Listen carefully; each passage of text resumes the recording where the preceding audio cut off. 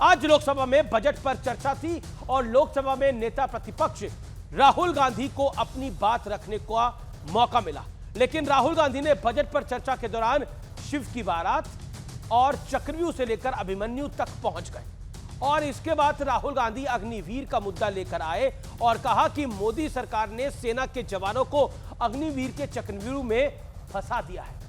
Budget में उनके लिए पेंशन का 1 रुपया तक नहीं है, जिस पर रक्षा मंत्री राजनाथ सिंह ने पलटवार भी किया। लेकिन इसके बाद राहुल गांधी एक बार फिर जाति वाली जनगणना के मुद्दे पर आ गए। इतना ही नहीं, उन्होंने यहां तक कह दिया कि देश में हलवा बट रहा है और 73% लोगों को कुछ नहीं मिल रहा। सवाल है कि जो राहुल गांधी कह रहे हैं, क्या वाकई उसमें कुछ सच्चाई है या फिर सिर्फ और सिर्फ पॉलिटिक्स अर्थात सियासत हो रही है। इसलिए आज आर पार में राहुल गांधी पर के हर आरोप पर तथ्यों के साथ मैं आपके समक्ष विश्लेषण रखूंगा और इसी मुद्दे पर होगी देश की सबसे बड़ी पॉलिटिकल बहस, सियासत का चक्रव्यूह, शिव बारात और अभिमन्यु।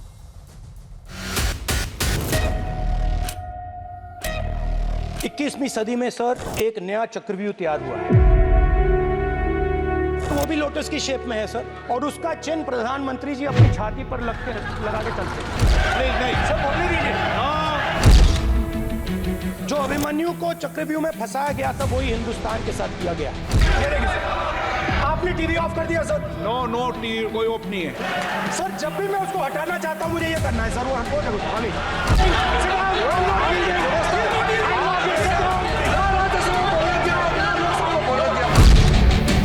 चक्रव्यूह से लेकर डर का माहौल तक आज लोकसभा में नेता प्रतिपक्ष राहुल गांधी ने चुन कर सरकार के खिलाफ तीर चलाई, तो पलटवार भी जोरदार हुआ। चक्रव्यूह का एक दूसरा नाम होता है पद्मव्यूह, मतलब लोटस फॉर्मेशन।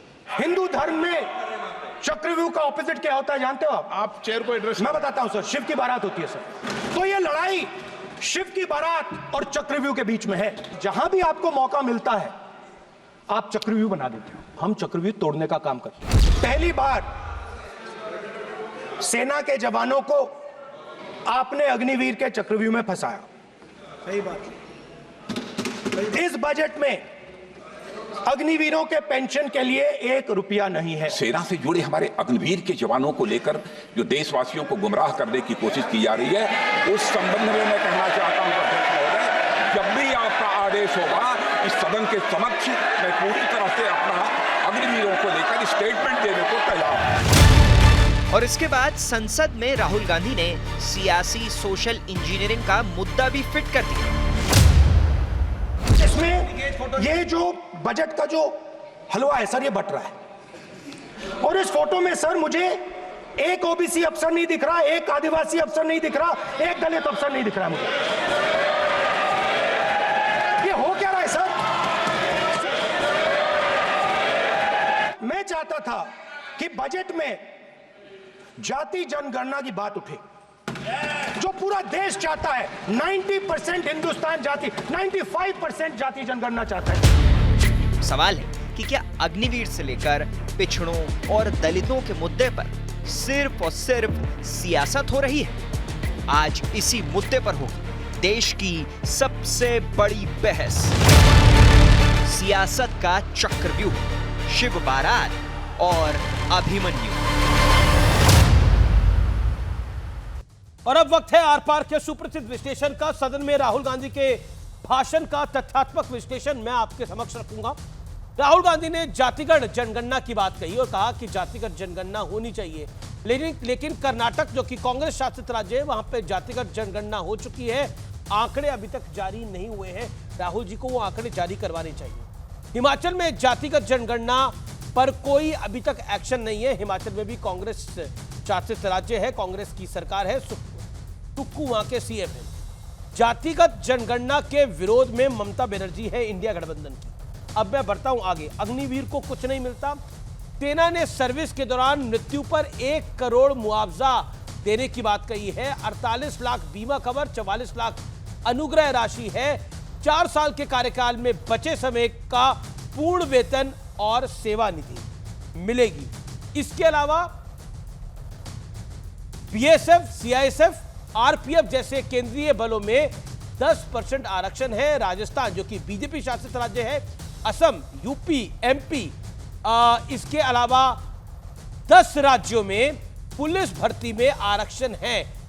कुल मिलाकर बीजेपी शासित राज्य या फिर एनडीए शासित राज्यों में आरक्षण देने का प्रावधान पुलिस में भी किया गया है। अब 20 साल में सबसे कम शिक्षा बजट है। शिक्षा, रोजगार, स्किल पर खर्च, पिछला बजट 1.12 लाख करोड़ था, मौजूदा बजट 1.48 लाख करोड़ है, यानी यहां पे बढ़ोतरी है। अब मैं बढ़ता हूं आगे। देश में डर का माहौल है, ये तो अमूमन है, कहा जाता है डर का माहौल है, लोकतंत्र ठीक नहीं है। प्यू रिसर्च सेंटर की ताजा रिपोर्ट के मुताबिक 77% इंडियंस यानी 77% आम भारतीय जो है वो लोकतांत्रिक व्यवस्था से संतुष्ट है। और क्योंकि अमेरिका और ब्रिटेन से गुहार लगाई जाती है, अमेरिका, ब्रिटेन, ऑस्ट्रेलिया जैसे देशों को पछाड़कर भारत दूसरे पायदान पर रहा है लोकतंत्र के मामले के अंदर, और फिर भी कहा जाता है डर का माहौल है। लेकिन बड़ा प्रश्न क्या है? बड़ा प्रश्न यह है, क्या राहुल सत्य को भ्रम के पर्दे से ढकने का एक प्रयास कर रहे हैं?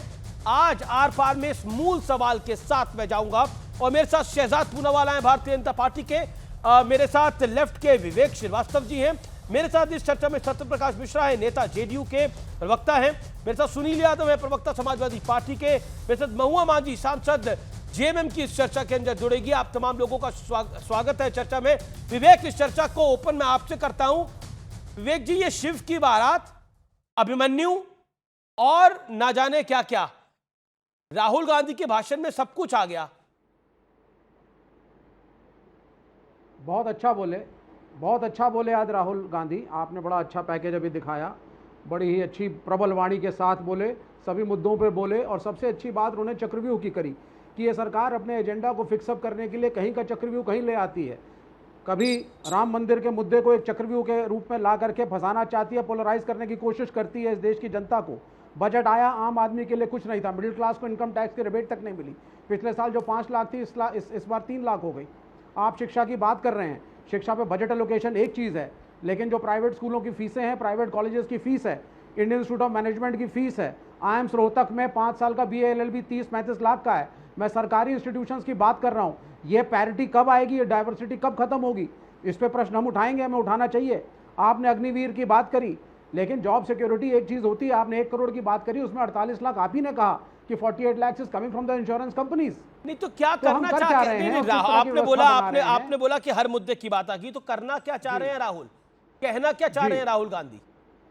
नहीं करना, देखिए 2 मुद्दों के ऊपर हम बड़े क्लियर हैं। पहली चीज सामाजिक न्याय और दूसरी चीज आर्थिक न्याय। ये 2 चीजों को लेकर अगर हम चलेंगे, इंडिया अलायंस का ये मानना है, तभी जाकर के देश आगे बढ़ेगा। और मेरे ख्याल से भाजपा को भी हमारे साथ इस बात में हाँ मिलाना चाहिए।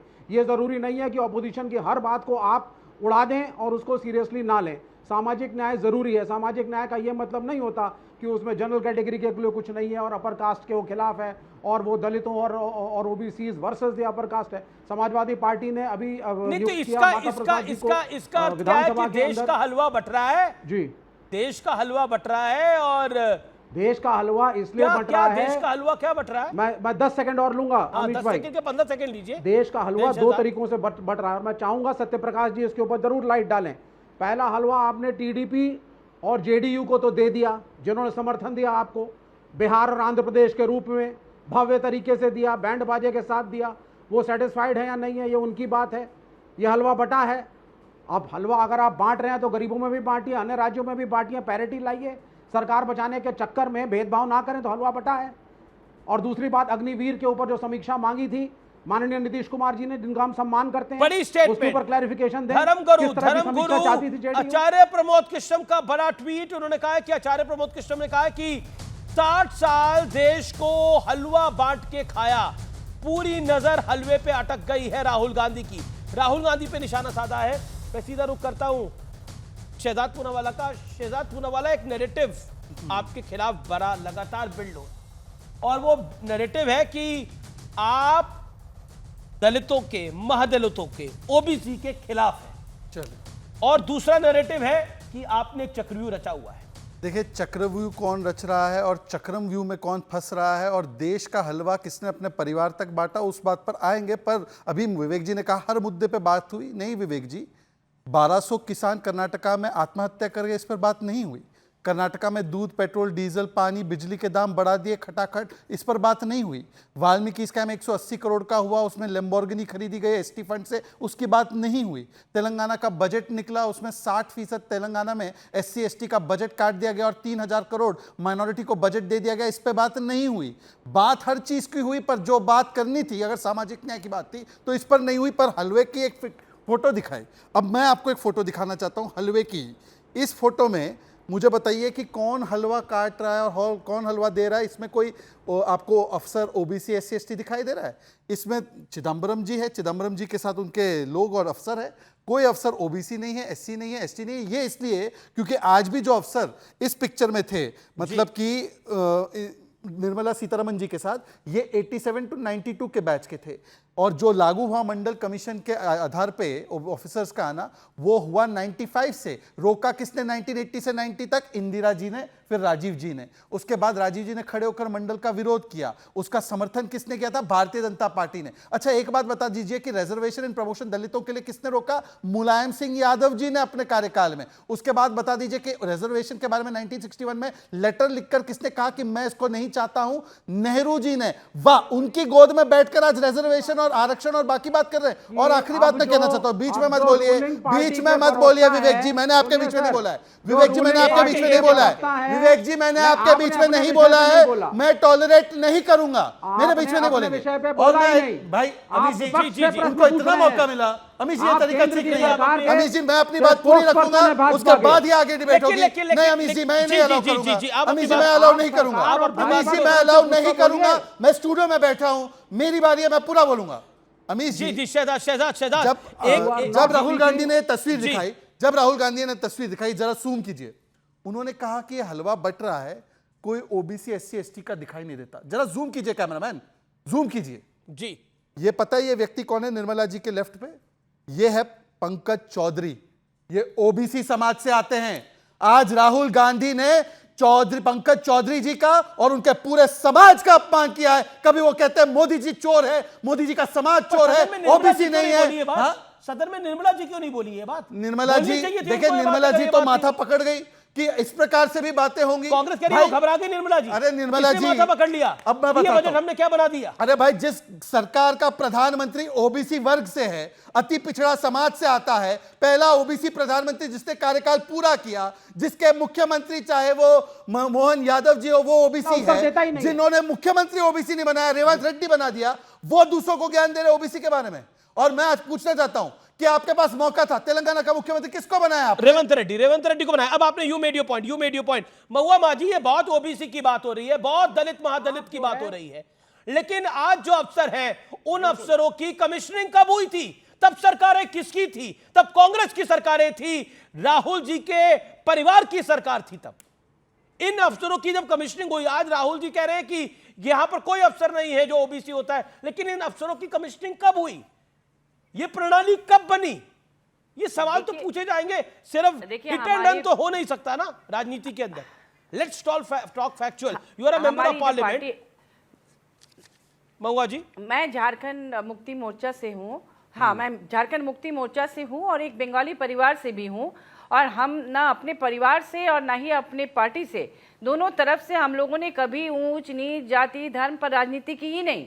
हमारे लिए सभी बराबर हैं। तो राहुल जी गलत कर रहे हैं। देश के संविधान में तो राहुल जी ऊंच नीच की पॉलिटिक्स कर रहे हैं। नहीं कर रही हूं। जातियों की राजनीति कर रहे हैं, जातिवाद कर रहे हैं। मैं बता रही हूँ ऊंच नीच की पॉलिटिक्स चूंकि भाजपा करती है तो उनको जवाब देना पड़ता है। जब आप किसी पर आरोप लगाएंगे, प्रत्यारोप करेंगे, तो निश्चित रूप से उन्हें भी कहीं ना कहीं उन चीजों पर बात करनी पड़ती है। मजबूरन राजनीति में जवाब भी देना पड़ता है और इसीलिए उन्होंने कहा होगा। लेकिन जो हमारे देश की राजनीति रही है अब तक की, हम लोग जिस स्कूल में पढ़े हैं, मैं रांची के स्कूल्स में पढ़ी हूँ और वहाँ पर कभी हमने जाति धर्म को लेकर राजनीति होते नहीं देखा। हम लोग एक दूसरे के परिवार में आना जाना हर पर्व त्योहार में। महुआ जी आप बहुत नहीं, होली, दिवाली, ईद और सुनिए, बहुत बड़ी राइटर हैं, क्रिसमस, हम लोग सब में शिरकत करते रहे। आप बहुत बड़ी राइटर हैं, बहुत तो बड़ी लेखिका हैं, आपको हम पढ़ते हुए, आपको हमने बहुत पढ़ा है और अभी भी पढ़ते रहते हैं। एंड धन्यवाद। और पर्सनल फ्रेंड, मैं बहुत आपकी इज्जत करता हूँ, बहुत रिस्पेक्ट करता हूँ जी, आप बहुत आपको। लेकिन मेरा मैडम, मेरा जो हम्बल प्रश्न है वो ये है और मैं चाहता हूं कि इसका साफ गोई से जवाब दिया जाए। आज राहुल जी ने बोला कि जातिगत जनगणना होनी चाहिए। कर्नाटक में राहुल जी की सरकार है, मेरी कांग्रेस की सरकार है, वहां जातिगत जनगणना के आंकड़े जारी नहीं हो रहे। हिमाचल में उनकी सरकार है, जातिगत जनगणना की कोई बात ही नहीं है। ममता बनर्जी जातिगत जनगणना के विरोध में है। मतलब वो समन्वय अपनी सरकारों में नहीं बना पा रहे, वो समन्वय अपने अलायंस पार्टनर में नहीं बना पा रहे और वो संसद में ये बात कह रहे हैं। यानी आप दिखा कुछ रहे हैं, कर कुछ रहे हैं। यानी वो जो कहा जाता है ना कि हम दिखाते तो है कि हम ये कर रहे हैं, लेकिन पीछे वो करते नहीं है। हाथी के दांत। अब बात वो नहीं है। देखिए, इस देश में अलग अलग राज्यों, मैं एक लाइन में बताना चाहूंगी कि अलग अलग राज्यों में अलग अलग परिस्थितियां हैं। और परिस्थिति के अनुरूप उस राज्य में ये निर्णय लिया जाता है राज्य सरकार द्वारा कि वहां पर जातिगत जनगणना जरूरी है कि नहीं है। जहां उनके साथ ज्यादा अन्याय हो, बराबरी ना हो, जहां वो बहुत ज्यादा पिछड़े हो, तब जाकर लोग इन पर बात करते हैं। मुझे लगता है कि राहुल गांधी जी कह रहे हैं, नेता प्रतिपक्ष कह रहे हैं कि हमें पूरे देश में कराना है। तो मैंने इस संदर्भ में सवाल पूछा। 30 सेकंड रिबटल टू मैम। अलग अलग एक सेकंड महुआ जी बड़े आदर से BJP spokesperson wants to make a point. BJP Mahua ji, आपकी जानकारी के लिए 2013 वाली कांग्रेस की सरकार में उन्होंने ये वादा किया था, उन्होंने सर्वे करवाया और आज तक रिपोर्ट जारी नहीं की है क्योंकि डीके शिव कुमार ने कोट अनकोट रिकॉर्ड पे कहा है कि यदि सर्वे जारी करोगे तो मैं तो निकला। तो ये बात उन्होंने ऑन रिकॉर्ड कही। दूसरी बात, पूरे देश में जाति जनगणना करानी है, परंतु कर्नाटक और हिमाचल नहीं। क्यों, वो भाई बाहर से है क्या? तीसरी बात मैं आपसे पूछना चाहता हूं कि अभी आप तो बात कीजिए मत, ये तस्वीर देखिए, ये पता है किसकी तस्वीर है? ये झारखंड में 15 ट्राइबल यूथ को पीटा गया। क्यों? क्योंकि वो बांग्लादेशी घुसपैठियों के खिलाफ प्रदर्शन कर रहे थे। ये तो इनकी सरकार का हाल है। और आखिरी में मैं सिर्फ इतना पूछना चाहता हूं कि यहां पर समाजवादी पार्टी, क्योंकि उनके पास नेक्स्ट जाएंगे ही आप जी, रिजर्वेशन इन प्रमोशन दलितों के लिए किसने रोका था उत्तर प्रदेश में? ये आपका पॉइंट है। मैं पहले महुआ जी अपनी बात को रख ले, then Sunil Yadav. Mahua ji, JMM member of parliament. देखिए, हाँ, मैं कहती हूँ कि कई बार चीज़ें कुछ होती हैं और दिखाया कुछ और तरह से जाता है। अभी चुनाव का वक्त है, बहुत तरह से राजनीति करेगी भाजपा, क्योंकि भाजपा चुनाव के पहले कोई ना कोई ऐसा मुद्दा तैयार करती है। शांत राज्यों में भी आप देखेंगे कि अचानक से वो चुनाव के ठीक पहले अशांत हो जाता है। पूरे कभी देश में कुछ होता है, कभी जब एमपी इलेक्शंस आते हैं तो राष्ट्रीय स्तर पर कोई बड़ी घटना होती है, और जब स्टेट के इलेक्शंस होते हैं तो वहाँ पर भी उस तरह की कोई ऐसी घटना निश्चित रूप से होती है जिसके कारण चुनावी समीकरण बिगड़ जाए और फिर वो वोट की राजनीति करने में वो सफल हो जाए। तो इसी तरह से अब चूंकि झारखंड में अभी चुनाव होने हैं, अब देखिएगा बाकी राज्यों में भी कुछ ना कुछ होगा। भाजपा तो चाहती है आदिवासी समाज के बच्चों को मारा, आदिवासी बच्चों को मारा, क्योंकि बांग्लादेशी घुसपैठियों के खिलाफ पाकुड़ में जो हुए घुसपैठ, लैंड जिहाद और लव जिहाद पे बोला, इसलिए मार दिया। तेलंगाना में दलितों का बजट काटा, तेलंगाना में ट्राइबल का बजट काटा, कर्नाटक में ट्राइबल के नाम पर चोरी की, स्कैम किया। आप पीडीए हैं। ओके, और पीडीए के नाम पर किसको बना दिया नेता प्रतिपक्ष? ओके, वो सपा का मामला है। महुआ मांझी तो जेएमएम से है, आपका निशाना सारा सपा के ऊपर है। नहीं, मेरा निशाना ये पीडीए के नाम पे करने वाली राजनीति पर है। ठीक है। सत्यप्रकाश मिश्रा, चक्रव्यूह का एक दूसरा नाम होता है पद्मव्यूह, मतलब कमल के आकार का। हिंदू धर्म में चक्रव्यूह का उल्टा शिव की बारात होती है। तो एक तरफ तो शिव के बाराती हैं और एक तरफ आप चक्रव्यूह रच रहे हैं राहुल गांधी के लिए, लेकिन राहुल गांधी वो नेता हैं कि वो उस चक्रव्यूह से निकल जाएंगे। अमीश देवगन जी, राहुल गांधी थोड़ा बहुत अधकचरा आजकल पढ़ रहे हैं। चलिए, उन्होंने चक्रव्यूह पढ़ा, पद्मव्यूह पढ़ा, क्या था, लेकिन मैं बता रहा हूं, इस देश को कांग्रेस के परिवारवाद, उसके एलचे बेलचे चमचे के चक्रव्यूह से निकालकर सबका साथ और सबका विकास, सबका प्रयास, सबका विश्वास के रास्ते विकसित भारत की ओर ले जा रहे हैं, जो राहुल गांधी के समझ में नहीं आएगा। उनको जो हलवा समझ में आता है, एक हलवा राहुल गांधी जी के घर में सोनिया जी ने बनाया, बेटे को दे दिया रायबरेली सीट, अपने जो उनके कर्मचारी थे किशोरी लाल शर्मा, उनको दे दिया अमेठी सीट, और जब वायनाड से जीत करके वो सीट छोड़नी पड़ी तो बहन जी, उनकी जो प्रिय बहन जी हैं प्रियंका गांधी, उनको हलवा खिला दिया वायनाड सीट। वायनाड में कोई अल्पसंख्यक नहीं मिला क्या? अमेठी में कोई दलित नहीं मिला क्या? उनको हलवा बांटते, कोई ओबीसी को देते सीट, किशोरी लाल शर्मा को दिया, ब्राह्मण जाति से आते हैं। भूल जाते उस वक्त कि जब परिवारवाद का सारा हलवा बांटते हैं तो किस किस जाति को बांटते और किसको बांटते हैं। जाति के आरक्षण को, ओबीसी के सामाजिक न्याय के पूरे मसौदे के फाइल पर कांग्रेस 15 साल कुंडली मार करके बैठी रही। शर्म नहीं आती राहुल गांधी को? इसको भी पढ़ लेना चाहिए। चेहरे से नकाब उतर जाएगा जब भारत के इस मोदी सरकार 3.0 में 29 मंत्री ओबीसी समाज से हैं, 5 अल्पसंख्यक समाज से हैं, और जहां इनकी सरकार है तेलंगाना में, वहां एक मुस्लिम ओबीसी कोई मंत्री नहीं है। शर्म नहीं आती ऐसे झूठ बोलने पे? कांग्रेस ने झूठ बोलने का ठेका लेके रखा है क्या? देश समझता है, देश का मतदाता समझता है, देश की जनता समझती है, हलवा एक ट्रेडिशन है, बराबर के हिस्से में सबको मिलेगा। 9 दिन का वो प्रयोग फाइनेंस मिनिस्ट्री में सदियों बहुत पहले से चलता आया है। उस हलवे का अर्थ राहुल गांधी जी को समझ में नहीं आएगा। रही बात चक्रव्यूह की, देश का हलवा बट रहा है, देश कांग्रेस के चक्रव्यूह से बाहर निकल चुका है। ये देश जाति पर आते हैं। क्या कह रहे हैं? मैं कह रहा हूं राहुल जी ने बोला देश का हलवा बट रहा है।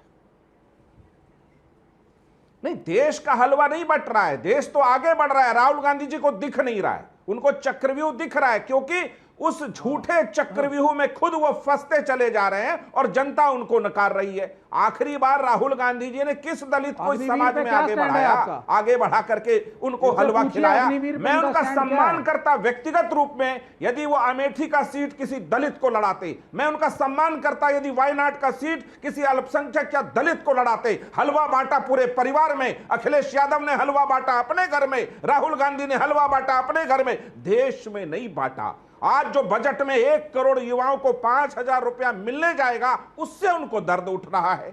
आज किसानों को यदि मैक्सिमम बेनिफिट मिल रहा है, उससे उनको दर्द उठ रहा है। दिक्कत क्या है राहुल गांधी जी की? बजट ऐसा आया है कि विकसित भारत का गेट खटखटाने वाला बजट आया है। इस पर वो कुछ बोल नहीं पा रहे तो उलूल जुलूल बोल रहे।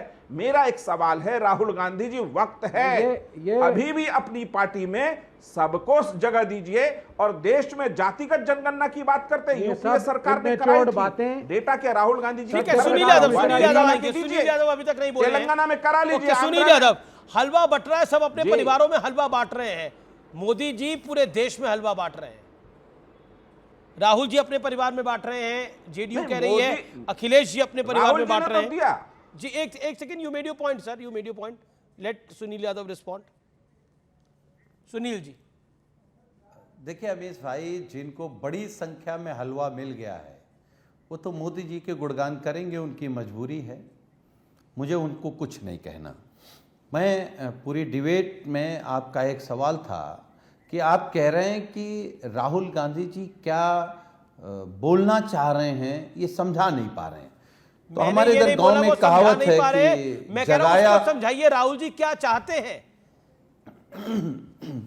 अच्छा हम समझा रहे हैं जी, समझाइए। हमारे इधर एक कहावत है अमीश भाई जी, जगाया उसे जा सकता है जो सो रहा हो, बिल्कुल। जो सोने का ड्रामा कर रहा है उसे कोई जगा नहीं सकता है। जाति जनगणना इस देश का हर व्यक्ति समझ रहा है कि अगर जाति जनगणना हो जाए तो देश बदल जाएगा, देश की तकदीर बदल जाएगी, पिछड़ों की तकदीर बदल जाएगी, दलितों की बदल जाएगी, आदिवासियों की बदल जाएगी। लेकिन पता नहीं क्यों लोग समझना नहीं चाहते हैं। आपको लगता है जिस दिन इस देश में जाति जनगणना हो गई, उस दिन जो आज खोजा जा रहा है कि कोई ओबीसी एससी है या नहीं है, खोजने की जरूरत नहीं पड़ेगी, वो अपने आप दिखाई देगा।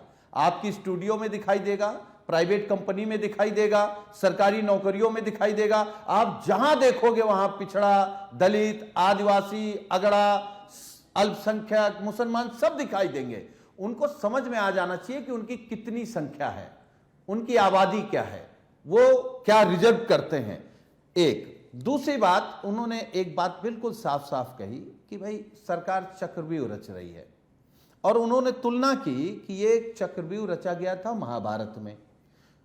उन 7 लोगों के 6 लोगों के नाम तो गिना दिए कि उसमें द्रोणाचार्य थे, कर्ण थे, कृपाचार्य थे, कृतवर्मा थे, अश्वत्थामा थे, शकुनी थे। तो हम तो भारतीय जनता पार्टी के नेता से पूछना चाहेंगे, जो प्रवक्ता बैठे हैं, कि हमको केवल इतना बता दीजिए, जो राहुल गांधी जी बोल रहे हैं उन 6 लोगों में शकुनी कौन है।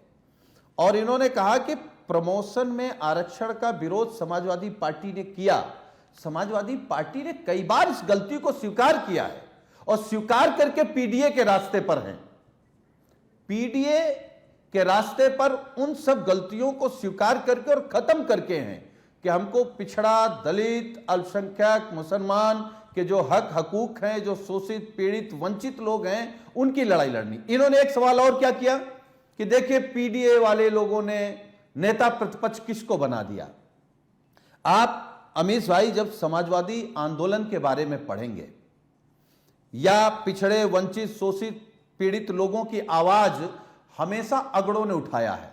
गांधी जी रहे हों, लोहिया जी रहे हों, वीपी सिंह जी रहे हों, चंद्रशेखर सिंह जी रहे हों, आचार्य नरेंद्र देव जी रहे हों, कपिल देव सिंह जी रहे हों, ब्रजभूषण तिवारी जी रहे हों, मोहन सिंह जी रहे हों, या जनेश्वर मिश्रा जी रहे हों। जी पॉइंट है, ये समाजवादी पुरोधा हैं। जी बिल्कुल, हम इन्हीं की विचारधारा पे आगे चल रहे हैं। और माता प्रसाद लेकिन राहुल कहना क्या चाहते हैं, राहुल करना क्या चाहते हैं, इस पर इसका जवाब, इसके जवाब का मैं इंतजार जरूर करूंगा।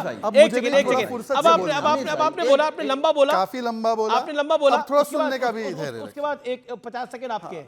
साजन जी ने कहा हम बिल्कुल अपनी गलती स्वीकारते हैं कि देखिए हमने जिस प्रकार से रिजर्वेशन प्रमोशन का विरोध किया था, अच्छी बात है, मुलायम सिंह यादव जी ने गलती की थी, ये साजन जी ने माना, अच्छी बात है। पर ये तो माने राहुल गांधी कि मेरे पूर्वज नेहरू ने कास्ट सेंसस रोककर गलती की थी 1951 में, मेरे पूर्वज इंदिरा जी ने मंडल का विरोध करके गलती की थी, मेरे पूर्वज, मेरे पिता राजीव, जिनके नाम का मतलब वैसे कमल है, उन्होंने तो खड़े होकर कहा कि विभाजन कर देगा मंडल। मेरे पूर्वजों के अलावा मेरी यह हरकत है कि आज की तारीख में 14,000 करोड़ SC ST का आज की तारीख में पीडीए इंडी की सरकार कर्नाटका में है, वहां से ट्रांसफर करके किसके खाते में हलवा खाने के लिए दे दिया, कोई जवाब नहीं। आज की तारीख में तेलंगाना में 22,000 करोड़ का SC का बजट घटकर 7,000 करोड़ हुआ है। अब बताइए कौन हलवा खा रहा है वहां पर। उसके अलावा मैं आपसे केवल इतना पूछना चाहता हूं कि आज आपने किसानों की भी बड़ी बात की, किसानों की बात की, तो जरा एक बार बता दीजिए कि एमएसपी करने वाले पंजाब में ये देखिए एमएसपी दी नहीं गई मूंग किसानों को, वादा करने के बाद नहीं दिया गया वहां की राज्य सरकार के बारे में। लेकिन आप बार-बार एक ही बोलते हैं, आप लोग एक सेकंड मेरा 1200 किसानों ने आत्महत्या कर दी, उसके बारे में बोल दीजिए कर्नाटका में कुछ शब्द नहीं बोलेंगे। आप लोग बोलते हैं कि कर्नाटक में इनकी सरकार नहीं कर रही है, इनकी सरकार किसी और पंजाब के अंदर आम आदमी पार्टी की सरकार है, वहां पर किसानों को राहत नहीं दे रही है, लेकिन आप तो कहते हैं कि आप सब इन पार्टियों से बेहतर है, वो नहीं कर रहे हैं तो आप उस ट्रेंड को तो फॉलो नहीं करेंगे, हम तो कर ही रहे हैं, आप तो करना चाहेंगे। मैं आपको बताता हूं जी, हमने जो चावल और गेहूं इन दोनों पे इन्होंने 3 लाख करोड़ यूपीए में एमएसपी दिया था, हमने बढ़ाकर 11 लाख करोड़ दिया। इनके समय पर एग्रीकल्चर बजट 25,000 करोड़। मेरा बड़ा स्पष्ट सवाल है, क्या राहुल गांधी नैरेटिव बिल्डिंग की एक पॉलिटिकल गेम खेल रहे हैं और उस गेम में आप पीछे हो रहे हैं? मेरा सवाल बड़ा एक सेकंड, वो मेरा सवाल बड़ा डायरेक्ट है। और देखिए उसके अंदर अब एक पूरा ऑपोजिशन एक तरफ है, राहुल गांधी एक तरफ है, ऑपोजिशन का चेहरा राहुल गांधी है आज की तारीख के अंदर। देखिए यदि झूठ फैलाकर भ्रम, ममता बनर्जी, झूठ और भ्रम की राजनीति में यदि वो कहते कि मैं अखिलेश जी से, ममता जी से आगे हूं, तो होने दीजिए, परंतु झूठ ज्यादा देर टिकता नहीं है, एक गुब्बारे की तरफ फूट जाता है। मैं आपको उसका गुब्बारे का उदाहरण दिखाता हूं। आज सभी लोग साथ में बैठे, जामिया और AMU में SC ST रिजर्वेशन रोक दिया गया। अब बोल दे इनमें से, अभी ये सुप्रीम कोर्ट में मामला हम ले गए, पर बोल दे कि ये साथ में, इसके साथ है SC ST को मिले रिजर्वेशन। बोलिए एक बार। ये सवाल बड़ा स्पष्ट है, आपका इस पर क्या कहना है, आपके विचार क्या है? 40 सेकंड आपके, अब आप नहीं बोलेंगे इससे ज्यादा। अरे ठीक बात। देखो मैं तो बीजेपी के सम्मानित प्रवक्ता से केवल यही जानना चाह रहा था कि भारतीय जनता पार्टी जाति जनगणना कराएगी कि नहीं कराएगी। और एक बात अमीश भाई, आपके कार्यक्रम में कह रहा हूं, यही मोदी सरकार ने अगर 26 में इस देश में जाति जनगणना नहीं कराई तो 26 में ये सरकार गिर जाएगी, क्योंकि गणना तो करानी है, क्योंकि उसके बाद परिसीमन होना है। तो अब यह सरकार गणना कराएगी या जाति जनगणना कराएगी? अगर यह गणना कराएंगे तो परिसीमन तक यह सरकार में नहीं रहेंगे, अगर जाति जनगणना कराएंगे तो हम इनका स्वागत करेंगे। फिर महिला बिल, फिर अगर जातीय जनगणना कराएंगे तो सरकार में रहेंगे, फिर आप ये कहना चाह रहे हैं? नहीं, सरकार नहीं, हम सरकार को बधाई देंगे। बधाई देना और साथ रहना दोनों अलग बात है। अगर सरकार कोई अच्छा काम करे, लेकिन इसको एक अलग भाषा के अंदर बीजेपी, देखिए सुनील यादव, आप बड़े परिपक्व नेता हैं, आप बड़े परिपक्व नेता हैं, इसको एक भाषा के अंदर जिस तरीके से राहुल जी ने बोला और जिस तरीके से सदन में बात हुई, और एक वर्ग ये भी कह रहा है बड़ा कि ये उकसाना है, ये समाज को उकसाना भी होता है, तो क्या आपको लगता नहीं है कि अगर उत्तेजित और उकसाया जाएगा, एक तरफ तो आप जाति में बांटेंगे और दूसरी तरफ आप एक मुश्त की बात करेंगे, तो कैसे काम चलेगा? नहीं, देखिए अमीर, होता ही यही है। अच्छा बताइए, गणना में क्या होता है? आपके घर सब गिनती होती है ना, तो उसी में एक कॉलम बढ़ना है केवल कि आप किस जाति के हैं, और जाति से क्या परहेज है।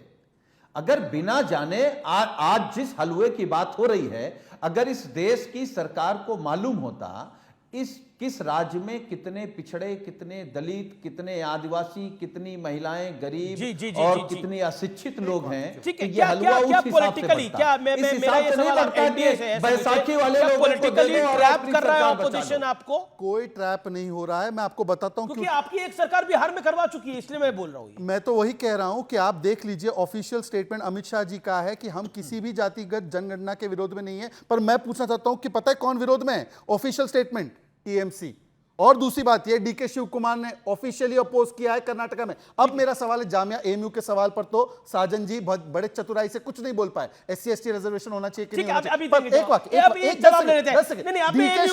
डीके शिव कुमार ने अपोज किया कास्ट सेंसस, उसके बारे में क्या बोलोगे? ओके, पहले एएमयू पर जवाब, मैं इस पर जवाब महुआ माझी का भी लूंगा, मेंबर ऑफ पार्लियामेंट का। Okay, 10 seconds. ठीक सुनील अमीश भाई, एएमयू का हो या ये जितने राज्यों के सवाल कर रहे हैं, कौन पक्ष में है, कौन विपक्ष में है, कौन चाहता है, कौन नहीं चाहता, इस देश में केवल जाति जनगणना हो जाए, ये सारे सवालों का जवाब जाति जनगणना है। अपने आप सारे सवालों का जवाब मिल पर एएमयू में रिजर्वेशन का तो जातिगत जनगणना जवाब नहीं है, वो तो एससी का रिजर्वेशन है। एक सेकंड, वो तो संवैधानिक राइट है, कॉन्स्टिट्यूशनल राइट होना चाहिए, लेकिन उस यूनिवर्सिटी में नहीं है और उसके लिए कोई आवाज भी नहीं उठा रहा है। मैंने फिर बोला कि एक तरफ तो जाति की बात है और दूसरी तरफ एकजुटता की बात है। जी अमीश भाई, मैं कह रहा हूं सब जगह बराबर की चीजें होनी चाहिए, कहीं भेदभाव नहीं होना चाहिए। लेकिन आपको नहीं लगता इस देश में जो आबादी 85% है, उसको आप कितना आरक्षण दे रहे हैं? और उत्तर प्रदेश में तो जो योगी बनारस हिंदू यूनिवर्सिटी में एससी एसटी रिजर्वेशन है, अलीगढ़ मुस्लिम यूनिवर्सिटी में आप देख लीजिए ना कि आपने साजन जी, ओके, महुआ माझी, मुझे बोलना पड़ रहा है, मैं भारतीय मुसलमानों पर बोलना पड़ रहा है कि बनारस हिंदू यूनिवर्सिटी में रिजर्वेशन है, जेएमएम मेंबर ऑफ पार्लियामेंट का भी। ओके, क्या आपको लगता है कि आज सदन के अंदर राहुल गांधी ने कुछ ऐसे तथ्य पेश करे, जिन तथ्यों अब बोला गया कि ये देश डरा हुआ है, इस देश के अंदर डर का माहौल है। अब बताइए, मतलब डर का माहौल है, सदन में आप भी बैठती है, सब कुछ बोलती हैं, यहां पर भी विपक्ष सब कुछ बोल रहा है, लेकिन डर का माहौल है। पहले मैं जो बात करना चाह रही हूँ उसको कर लेती हूँ, फिर बाकी बात कहूंगी। सबसे पहली बात कि यहाँ पर जनगणना की जो बात हो रही है, मैं आपको बता दूं कि झारखंड में पिछले 2000 साल से झारखंड बना, तब से लेकर अभी तक 24 साल के अंदर मैक्सिमम टाइम में भाजपा की सरकारें रही, और किस तरह से आदिवासियों की जनसंख्या कम होती चली गई, पलायन, विस्थापन, माइग्रेशन, ट्रैफिकिंग, क्योंकि पन्नालाल जैसे बहुत बड़े बड़े ट्रैफिकर्स हुए जो भाजपा के कार्यकाल में हजारों आदिवासी लड़कियों की तस्करी की, और अब धीरे धीरे आदिवासियों की संख्या कम होते जा रही है और हमारी वर्तमान सरकार पर आरोप लग रहे हैं। मैं तो आपको आंकड़े दिखा दूंगी, 2001 से लेकर 2011 तक में मैक्सिमम टाइम में भाजपा की सरकार रही, उस समय किस तरह से संताल परगना में आदिवासियों की संख्या कम हुई, वो आंकड़े कहते हैं, मैं नहीं कहती हूँ। दूसरी बात यहाँ पर है कि आप अगर डरे हुए नहीं है, अगर डर का माहौल जो कह रहे हैं राहुल जी सही कह रहे हैं, क्योंकि आज जब मैं पार्लियामेंट पहुंची तो देखा कि वो खाली है, कोई पत्रकार वहां नहीं है, क्योंकि पत्रकारों को वहां से गायब कर दिया गया है। उस कैंपस के अंदर उनको रहने की मनाही हो गई। कल तक जो लोग थे उनको एक शीशे के चेंबर में बंद कर दिया गया है। वो लोग सब अभी विरोध में बैठे हैं। आज कोई पत्रकार वहां पर किसी भी सांसद से बाइट नहीं लिया। अगर आप डरे हुए नहीं है, अगर भाजपा डरी हुई नहीं है, तो आखिर पत्रकारों से कैसा डर, जो आखिर पत्रकारों की इतनी बड़ी भूमिका होती है लोकतंत्र में, चौथा स्तंभ है। तो ये बहुत बड़ा पॉइंट है कि क्यों आखिर बीजेपी डरी हुई है। मैं बताता हूं डर के बाद राहुल गांधी भी आज मिलने के लिए गए। हालांकि सुरक्षा की दृष्टि से अगर वहां की सुरक्षा कर्मियों ने कुछ किया है तो मैं उसका जवाब नहीं दूंगा, पर 14 पार्टियों को बैन किसने किया, 14 पत्रकारों को बैन किसके अलायंस ने किया था? अमित जी आप भी उसमें हो। ये तो भला है साजन जी का और मांझी जी का कि इनका दिल बड़ा है, ये लोग अपने अलायंस की बात नहीं मानते, पर कांग्रेस कहां है आज के शो में? नहीं मांझी जी मैं आपका बड़ा सम्मान करता हूं, पूरी बात होने दीजिए, पूरी बात। दूसरी बात, इमरजेंसी में पूरे मीडिया पर प्रतिबंध लगाने वाले, दो मीडिया के विरोध में राजीव जी ने बिल लाए, वो बोलेंगे क्या मीडिया के बारे में? 66A लाने वाले जिन्होंने 9000 लोगों पर सेडिशन का केस एक दिन में डाला था कुड़नकुलम में, वो मीडिया के अधिकारों पर बोल रहे हैं। मुझे बता दीजिए 14 पत्रकारों को बैन क्यों किया? अमीश देवगन उसमें नाम है, ठीक है, बताइए। ओके महुआ मांझी, आपकी बात, आप अपनी बात मैं बोलना चाहती हूँ कि जिन दिनों बैन किया गया था उन दिनों कुछ ज्यादा ही बायस्ड हो गए थे पत्रकार, ऐसा लगता था इंडिया गठबंधन को। लेकिन जब से उन्होंने इस तरह से उसके बाद अब सब लोग न्यूट्रल हो रहे हैं। आप तो मेरे कार्यक्रम में आती रही है, ऐसा कुछ नहीं है। लेकिन आप अपने देखिए बीजेपी वालों को लगता है कि मीडिया उनके साथ नाजायज करता है, ऑपोजिशन को लगता है कि मीडिया उनके साथ नाजायज करता है। मीडिया की हमेशा ये भूमिका रहती है। मैं आपको बताऊं, ये बीजेपी वाले भी हमसे शिकायत करते हैं और ऑपोजिशन वाले भी शिकायत करते हैं। सुनील भाई भी हमसे शिकायत करते हैं और शहजाद पूनावाला भी करते हैं। और महुआ जी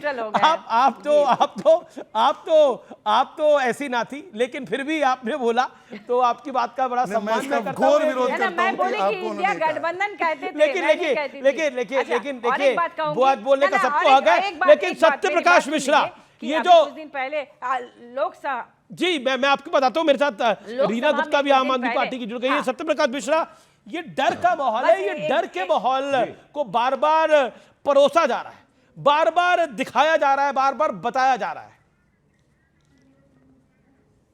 एक तो कांग्रेस के झूठ बोलने का एक नया पैटर्न तय हुआ है कि वो कभी डर बताएगी, कभी खुद को डरा हुआ दिखाएगी। वास्तविकता यह है ये भारत का देश है, उसके नाम पर भारत पड़ा है। और भारत कहते थे कि शेर का दांत गिन लिया करते थे। ये नचिकेता का देश है जिसने यमराज से प्रश्न पूछे हैं। ये ध्रुव का देश है जो एक टांग पर खड़ा हो गया। ये प्रहलाद का देश है जिसने कभी किसी से डर कर भक्ति को छोड़ा नहीं। राहुल गांधी को किस बात का डर है? एक नेता जो सामाजिक जीवन में है उसको किस बात का डर है? उसको डर है कि उसके हाथ से सत्ता जो परिवारवाद की है वो जा चुकी है, मिलेगी कि नहीं मिलेगी। तो वो पूरे देश को डरा हुआ बता रहे हैं, वो बता रहे पूरा देश को डरा रहे। ऐसी कोई बात नहीं है। लोकतंत्र में सभी लोगों ने बढ़ चढ़कर हिस्सा लिया, एक नई सरकार को चुना, वो सरकार लोगों के लिए काम कर रही है, लोगों के विश्वास जीत कर उनके साथ खड़ी है। राहुल रीना गुप्ता, देश में डर का माहौल है। आपने तो दिल्ली वासियों को डरा रखा है, कभी नीला पानी, कभी पीला पानी, कभी काला पानी, अब तो दिल्ली पानी। और उस पानी में इस देश के कुछ होनहार बह रहे हैं, उस पानी में उनको करंट लग रहा है। क्या कहना चाहती हैं? आपने तो दिल्ली को डरा रखा है। अमीश भाई, बहुत दुखद दुर्घटना हुई है। हमारे 3 बच्चे इस हादसे के शिकार हुए हैं, तो ये बहुत दुख भरी बात है। इस दुख की घड़ी में हम लोग उन पेरेंट्स के साथ हैं जिन्होंने इन बच्चों को खोया। लेकिन दिल्ली की जो पूरी व्यवस्था है उसको भारतीय जनता पार्टी एलजी के मार्फत जो है उसको खराब करने की, दिल्ली को मिसगवर्न करने की पूरी कोशिश कर रही है। आप देखिए 23 फरवरी को सौरभ भारद्वाज ने चिट्ठी लिखी कि डीसिल्टिंग के लिए मीटिंग बुलाई जाए। दिल्ली के चीफ सेक्रेटरी मीटिंग में नहीं आते हैं। सौरभ भारद्वाज जी ने कहा कि जो डीसिल्टिंग हो रही है उसकी थर्ड पार्टी ऑडिट होनी चाहिए कि इसमें कौन पैसा खा रहा है, क्योंकि डीसिल्टिंग नहीं हो रही है, थर्ड पार्टी ऑडिट नहीं कराया जाता।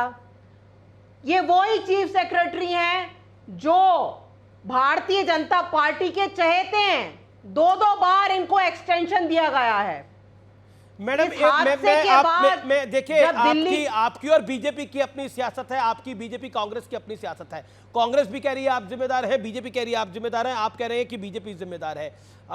लेकिन मेरा प्रश्न ये है कि उन छात्रों का तो कोई दोष नहीं था, उन छात्रों को तो कोई दोष नहीं था। जब एमसीडी में आप हैं, शासन में आप हैं, तो जिम्मेदारी आपकी नहीं बनती? क्या आप ये कह रही हैं? अमीश भाई, दिल्ली में आप अच्छी तरह जानते हैं कि अगर कोई अफसर काम नहीं कर रहा है तो उस अफसर को सस्पेंड करना, उसका ट्रांसफर करना, ये सिर्फ एलजी कर सकते हैं। हम तो 24 घंटे से कह रहे हैं कि एक को सस्पेंड करो। ओके, सस्पेंड क्यों नहीं करते? तो क्यों मतलब- एलजी सस्पेंड नहीं कर रहे हैं? क्या कारण है? अमीश भाई कंप्लीट करने दीजिए, कंप्लीट करने दीजिए प्लीज। आपने अपनी बात को 2.5 मिनट रखा, 2.5-3 मिनट रखा। नहीं, 30 पूरी बात सेकंड नहीं हुई। 30 सेकंड का रिबटल मैं अलाउ कर रहा हूँ। कंप्लीट। एक सेकंड मैं आपको मैंने मौका दूंगा आगे। 30 सेकंड शायद। उन्होंने कहा कि फरवरी में सौरभ जी ने मीटिंग बुलाई, कोई आया नहीं, कुछ इसलिए कुछ हुआ नहीं, हम तो बोलते रह गए। दिल्ली की जनता को आश्वासन देना चाहूंगी कि इस बार दिल्ली की जनता मॉनसून एंजॉय करेगी और किसी भी तरह ये शैली ओबरॉय का कुछ दिनों पहले का बयान है। तो फिर शैली ओबरॉय जी तो धरने पे बैठती ना, बोलती कि देखिए आ नहीं रहे, इस बार एंजॉय नहीं, इस बार तो कहर होने वाली है। दूसरी बात, 9 जुलाई को दिल्ली की फायर सर्विसेज ने क्लियरेंस दिया कि यहाँ पर बेसमेंट में स्टोरेज करना है। वहाँ के बाद वो चलने लगी लाइब्रेरी और क्लासेस। वहाँ पर कितनी बार इन्होंने बोला फायर सर्विसेज ने इसको शट डाउन करा दो, इसमें डिटेल मुझे नोट दिखा दीजिए। 26 जून को एक विद्यार्थी ने लेटर लिखा दिल्ली सरकार को, ईमेल भेजा कि इसमें देखिए अवैध काम हो रहे हैं, इसको बंद करवाइए। इस समय की एक बड़ी खबर आ रही है। शिक्षा मंत्री एचआरडी मिनिस्टर धर्मेंद्र प्रधान ने पहली बार इस विषय पर बोला और कहा है कि कोचिंग सेंटर्स पर सुझाव हम देते हैं और लगातार देते रहते हैं। जनवरी में भी सुझाव दिए गए थे लेकिन उन पे अमल नहीं हुआ है, एडवाइजरी का पालन नहीं किया गया है। क्लियर कट कह रहे हैं एचआरडी मिनिस्टर। किसका दोष है? सुझावों का राज्यों का जिम्मा होता है, यानी दिल्ली के अंदर अगर दिल्ली की सरकार है उसका जिम्मा है। क्लियर कट कह रहे हैं। मैं सीधा रुख करता हूं रीना गुप्ता का। रीना गुप्ता, आपका रिएक्शन। आपको शहजाद में टाइम दूंगा, आपको नहीं मिला था टाइम। रीना गुप्ता। देखिए, अभी दिल्ली की रेवेन्यू मिनिस्टर आतिशी जी ने एक ट्वीट करा है। उन्होंने कहा है कि उन्होंने 24 घंटे के अंदर चीफ सेक्रेटरी से रिपोर्ट मांगी थी कि इस ट्रेजेडी के लिए कौन कौन जिम्मेदार है, कौन कौन अफसर, किस किस ने रिश्वत खाई, कौन कौन किस किस की मिली भगत थी, उसके नाम दिए जाएं। 24 घंटे से ज्यादा बीत गए और वो रिपोर्ट नहीं दी गई है। रिपोर्ट मांगी दिल्ली में जी, देखिए दिल्ली में क्या चल रहा है कि दिल्ली में एलजी महोदय अपने चहेते अफसरों को लगा रहे हैं।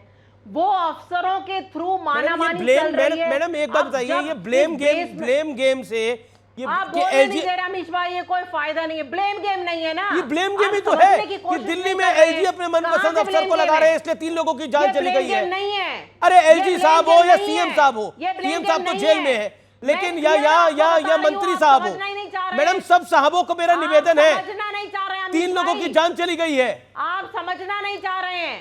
कौन समझना नहीं चाह रहा? बताइए कि अगर आप समझना नहीं चाह रहे हैं, आप मुझे बोलने नहीं दे रहे हैं। अगर दिल्ली के मंत्री बोल रहे हैं कि डिसल्टिंग क्यों नहीं हुई, सस्पेंड करो कर्मचारियों को, क्यों सस्पेंड नहीं कर रहे हैं? दिल्ली में सस्पेंड करना, ट्रांसफर करना सिर्फ एलजी के हाथ में है। ओके। जो कर्मचारी दिल्ली के मंत्रियों की बात नहीं मानता दिल्ली के अफसर मुख्यमंत्री की सुनते ही नहीं है। मुख्यमंत्री तो खैर अभी है नहीं, वो तो जेल में है, लेकिन वो मंत्रियों की नहीं सुनते तो क्या करें? देखिए, आम आदमी पार्टी 10 साल से कॉर्पोरेटर, इनका विधायक, इनका सरकार, इनकी दिल्ली जल बोर्ड, इनका एमसीडी भी, इनका जल, उसके बाद जल विभाग के साथ साथ फायर सर्विसेज, इनका सरकार इनकी, परंतु दोष हमारा। मैं कह रहा हूं कि अगर कुछ सुनते नहीं, कुछ करते नहीं है तो फिर स्कूल का क्रेडिट कैसे ले लेते हैं? भाई अभी ये तरीका तो ठीक नहीं है। आपके बीच में नहीं बोला, लंबा बोली वो। हाँ, हेल्थ का क्रेडिट लेना है तो वो क्रेडिट मेरा है, तब कोई रोक नहीं रहा है। स्कूल का क्रेडिट लेना है तो वो क्रेडिट मेरा है, कोई रोक नहीं रहा है। पर आज जब जिम्मेदारी की बात है, मैं इनसे पूछना चाहता हूं, फायर सर्विसेज ने 9 जुलाई को दिया था एनओसी। आप बता दीजिए कि किसके खिलाफ आपने लिखकर बोला कि इसको सस्पेंड करो।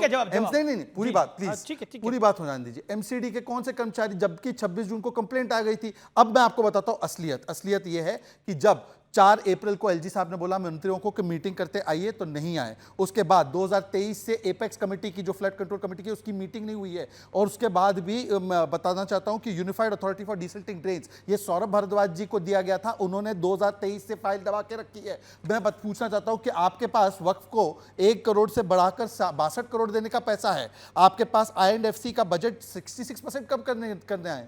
आप बता दीजिए कि आपने फ्लड कंट्रोल का बजट और डिसिल्टिंग का बजट कितना बढ़ाया? आपने शीश महल का बजट तो बढ़ा दिया, आपने एडवर्टाइजिंग का बजट 4200% बढ़ाया। लेकिन अब आप वक्त बताइए सत्य और डिसिल्टिंग तथ्य का है, समय इतना ही है, लेकिन वक्त सत्य और तथ्य का है। आज बात व्यूअर्स दिल्ली की। दिल्ली क्यों बेबस है? दिल्ली के हालात क्यों बदतर होते जा रहे हैं? दिल्ली में पहले नीला पानी, फिर काला पानी, फिर बिन पानी और अब पानी ही पानी, और थमती सांसों की कहानी। दिल्ली के ओल्ड राजेंद्र नगर के एक कोचिंग सेंटर में 3 स्टूडेंट्स की मौत ने इस शहर की पोल खोल के रख दी है। इस दर्दनाक कहानी में परेशान करने वाली बात यह है कि जवाबदेही तय होने की बजाय एक दूसरे पर आरोप पड़े जा रहे हैं, लीपापोती की जा रही है। दिल्ली सरकार और एमसीडी जिनके पास है, वो अधिकारियों को घेरने के नाम पर एलजी से सवाल पूछ रहे हैं, लेकिन यह कोई बताने को तैयार नहीं है कि उस कोचिंग सेंटर को इसी जुलाई में फायर सेफ्टी सर्टिफिकेट किसने और क्यों दिया था। यह भी कोई बता नहीं रहा है कि जरा सी बारिश से दिल्ली दरिया क्यों बन जाती है, जबकि दिल्ली की मेयर शैली रॉय ने हाल ही में कहा था कि इस साल दिल्ली वाले बरसात को एंजॉय करेंगे। अगर यह एंजॉय करना है मैडम, तो वी डोंट वांट इट। आज हमने दिल्ली का एक विशेष कैलेंडर तैयार किया है। इस कैलेंडर से आप दिल्ली की दुर्दशा का आसानी से अंदाजा लगा सकते हैं, और उसको सीरियसली देखें। आज जरा जनवरी और फरवरी में दिल्ली का कैलेंडर ठिठुरन भरी सर्दी के साथ शुरू होता है। इस दौरान हम घोटने वाली हवा दिल्ली को गैस चैंबर में तब्दील कर देती है हमें। इसके बाद अप्रैल से जून तक दिल्ली वाले पानी की एक एक बूंद के लिए तरसते हैं। आपने पानी के टैंकरों के पीछे लोगों के हजूम को और एक बाल्टी पानी के लिए औरतों को और बच्चों को दौड़ते हुए देखा होगा। इस दौरान घर के नालों में कभी कभी पानी आ भी जाए तो उसका रंग कभी